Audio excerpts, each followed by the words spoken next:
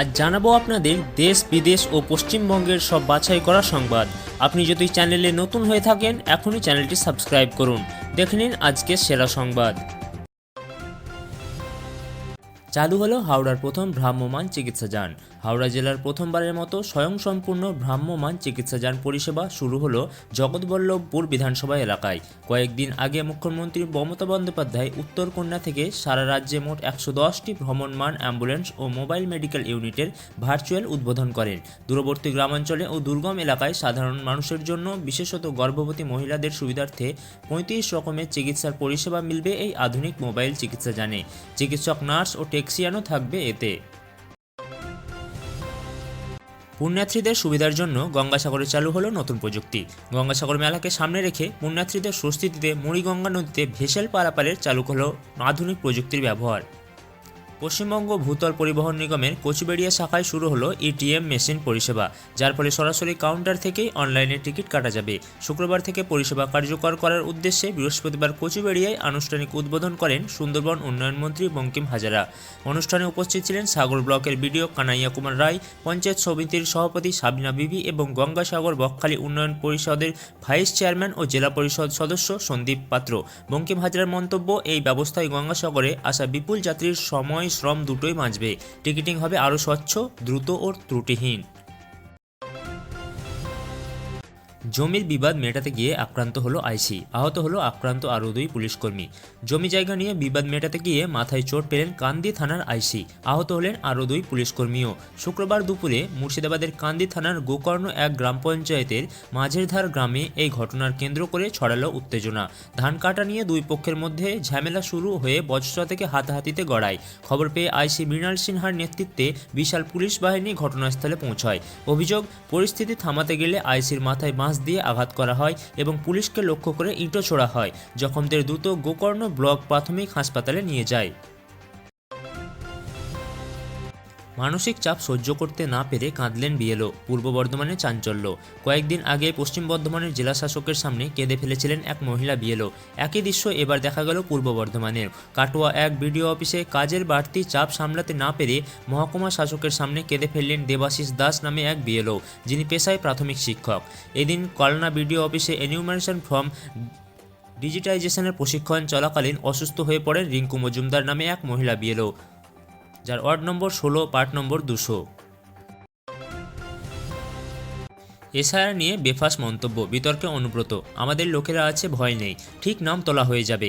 রাজ্য জুড়ে special intensive revision এর আবহে দলের এক সভায় এমন মন্তব্য করে বিতর্কে জড়ালেন বীরভূমে তৃণমূলের কোর কমিটির আহ্বায়ক অনুব্রত মণ্ডল। ভোট সুরক্ষা সভা থেকে এইভাবেই ভোটারদের আশ্বস্ত করতে শোনা যায় তাকে।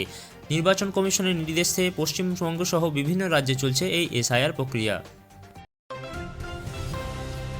নিম্নমানের রেশনের চাল, ক্ষোভে আধিকারিকদের রান্না করে খাওয়ালেন গ্রামবাসীরা। রেশনের চাল খাওয়ার অযোগ্য এমন অভিযোগ তুলে গ্রামবাসীরাই রান্না করে সেই চাল খাওয়ালেন বিডিওকে।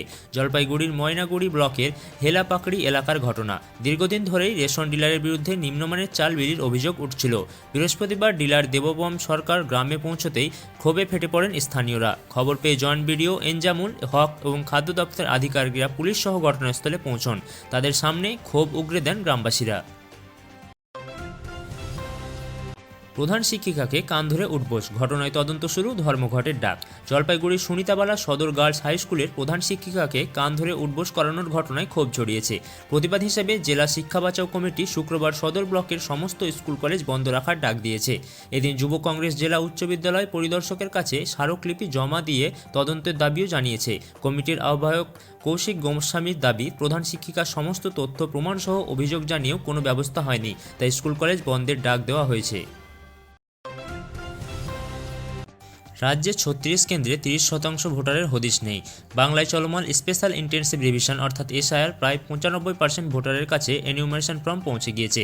কিন্তু কমিশন সূত্রের খবর, তবুও শহরের 36টি কেন্দ্রে প্রায় 30% ভোটারের অস্তিত্ব এখনও মেলেনি।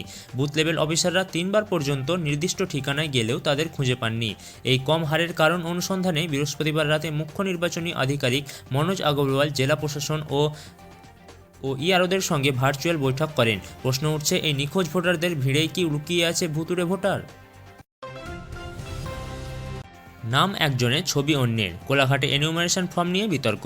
এসআইআর ঘিরে বিতর্কের মাঝে এবার কোলাঘাটে ব্লকে এনিউমারেশন ফর্মে দেখা গেল জোড়া ভুল। একই নামের সঙ্গে জুড়ে দেওয়া হয়েছে অন্য কারোর ছবি। পূর্ব মেদিনীপুরের খন্নাডিহি গ্রাম পঞ্চায়েতের রামচন্দ্রপুর দক্ষিণপাড়া বুথে একাধিক এমন ঘটনা সামনে এসেছে। অশোক ঘাটা নামে এক ভোটারের ফর্মে মুদ্রিত হয়েছে অপরিচিত এক মহিলার ছবি, আবার বিমলা দাসের নামে এসেছে এক অজ্ঞাত পুরুষের ছবি। ঘটনায় চাঞ্চল্য ছড়িয়েছে এলাকার মধ্যে।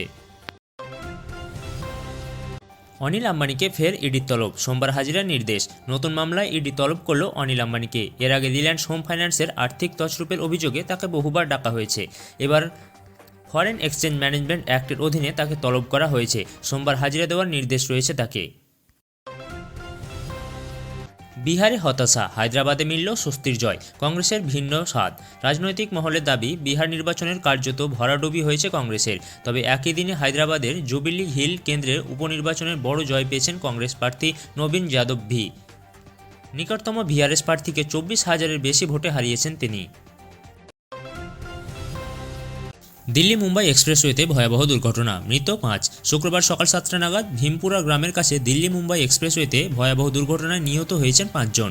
সংঘর্ষের পর গাড়িটি মাহি নদীর পাশে গভীর গর্তে পড়ে যায়। সিসিটিভি ফুটেজে দেখা যায় গাড়িটি পড়ে সম্পূর্ণ চাপা পড়ে দুমড়ে মুচড়ে যায়। স্বামীকে খুনের ছক, স্ত্রী সুতপার বিরুদ্ধে গুরুতর অভিযোগ। উত্তর দিনাজপুরের ইসলামপুরের এক ব্যক্তির রহস্যময় মৃত্যুকে ঘিরে চাঞ্চল্য। শুক্রবার সকালে বাড়ি থেকে ঝুলন্ত অবস্থায় উদ্ধার হয় তাপস ওরফে টিঙ্কু নন্দীর দেহ। পরিবারের দাবি, স্ত্রী সুতপার হাতেই ঘটেছে এই মৃত্যু। পুলিশ ইতিমধ্যেই তদন্ত শুরু করেছে এবং সুতপাকে আটক করে জিজ্ঞাসাবাদও চলছে। সেতুর জায়গা পরিবর্তন নিয়ে ক্ষোভ, আরামবাগে অবরোধ গ্রামবাসীদের। দীর্ঘদিনের দাবি মেনে সেতু নির্মাণের অনুমোদন মিললেও হঠাৎ জায়গা পরিবর্তন করায় ক্ষুব্ধ গ্রামবাসীরা বৃহস্পতিবার খানাকুলের হেলেন এলাকার পথ অবরোধে নামেন। ফলস্বরূপ খানাকুল তারকেশ্বর দিগরুইঘাট রুটে 6 ঘন্টার বেশি সময় যান চলাচল বন্ধ থাকে।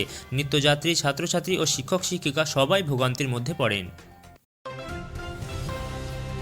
পাকিস্তানের সংবিধান সংশোধনে অসন্তোষ, ইস্তিফা সুপ্রিম কোর্টের 2 বিচারপতির। বৃহস্পতিবার পাকিস্তানের পার্লামেন্টে পাস হয়েছে 27তম সংবিধান সংশোধনী বিল।